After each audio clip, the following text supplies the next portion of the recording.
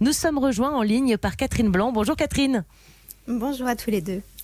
Alors Catherine, vous êtes sexologue mais aussi psychanalyste et avec l'épidémie de coronavirus, on se pose un tas de questions et on essaye toute la semaine d'y répondre avec vous. Alors aujourd'hui, on avait envie d'aborder la question, je perds ma voix, des adolescents. Pourquoi les ados, ils ont ce sentiment de surpuissance ?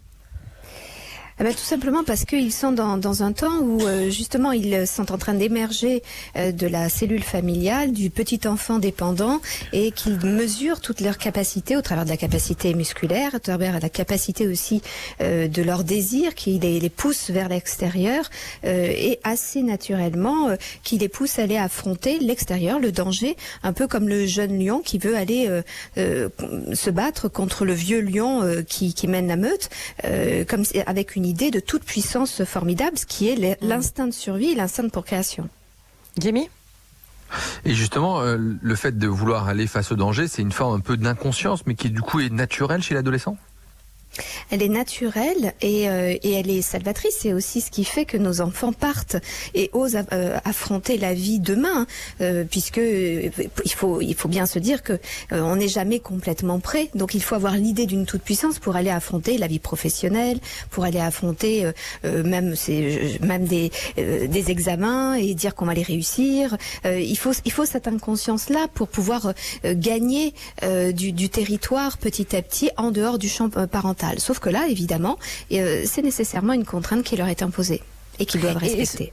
Ce confinement, vous pensez que c'est davantage difficile à l'adolescence plutôt qu'à d'autres périodes de la vie ? Les petits-enfants, par exemple, ils ont l'impression qu'on joue. Finalement, ils sont très contents d'avoir papa et maman autour. À l'adolescence, on n'a pas forcément envie d'être coincé avec ses parents, je dirais.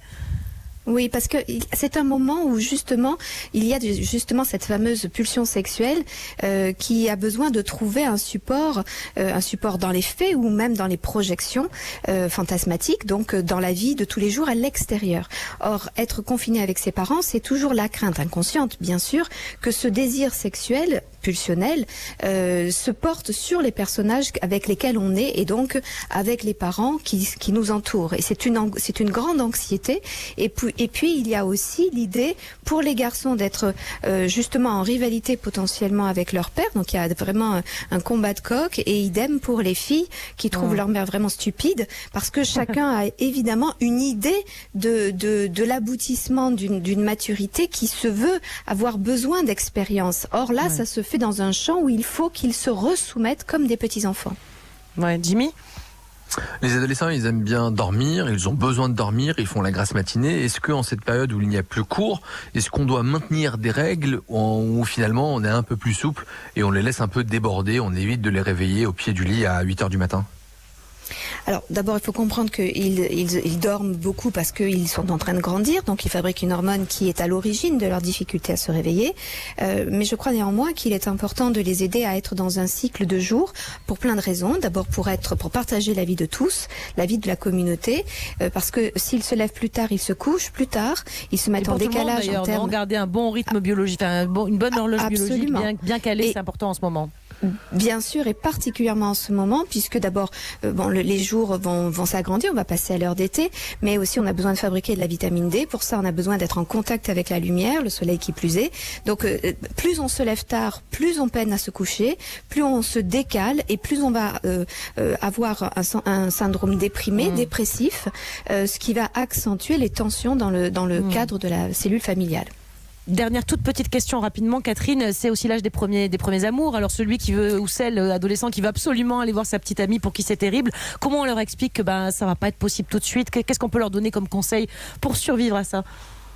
Mais d'abord, je crois que c'est pas leur il y a à expliquer, mais il y a à être tyrannique le cas échéant. On a beaucoup de mal aujourd'hui, notre époque, à poser des interdits fermes. Même le gouvernement est obligé petit à petit de durcir les choses. À un moment donné, il faut bien comprendre que aimer les gens, c'est les aimer envers et contre eux-mêmes et contre le mal qui pourrait se faire. Et donc, il faut qu'ils prennent conscience que la pulsion sexuelle peut attendre, que c'est le moment justement de faire en sorte qu'il y ait de l'érotisation des relations pour se retrouver joyeusement et follement et fortement, mais qu'à un moment donné, justement, tout ça doit être maîtrisé, et découvrir que c'est maîtrisé, c'est aussi le meilleur moyen pour ne pas avoir peur plus tard de tout ce qui nous anime et notamment de la sexualité. Et ils s'aimaient avant le confinement, ils s'aimeront après aussi, c'est ça, il faut rester positif. Bien Ils sûr, peuvent se voir par caméra. Ils s'aimeront après, et puis le copain ou la copine ne va pas aller draguer ailleurs, on va pas les perdre, puisque Ah bah tout le oui, monde est ça c'est confiné. sûr. C'est ça. Merci beaucoup. Tout le monde est confiné. Pour tous ces Je conseils, vous on en est tous prie. logés à la même enseigne. Merci beaucoup. On vous retrouve bien sûr demain.